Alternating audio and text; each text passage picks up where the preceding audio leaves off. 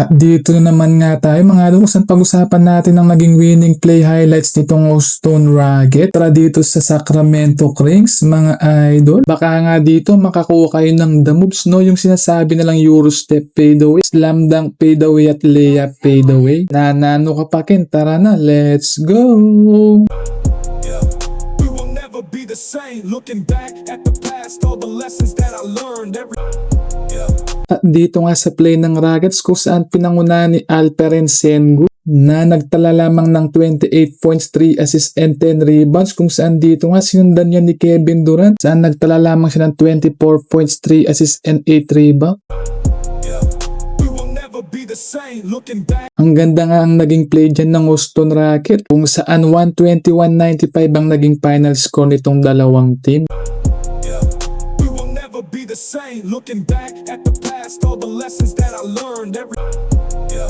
Kayo mga idol, anong nagustuhan yung winning play nitong Houston Rockets? Kini Danan Durant, pegdipulpul ng puntos, sampoy soyti, pegdipulpul da rin puntos. Hapin paring mamit bit team deni, ring adwang nga rin, soyti ang poy Durant. Ika idol, balo ko bolis life ka, mamit bit ka rin danong marimla para aring team. Kandito na lang mga idol, lagi kayong mag-iingat at shoutout sa inyong lahat dyan. Let's go!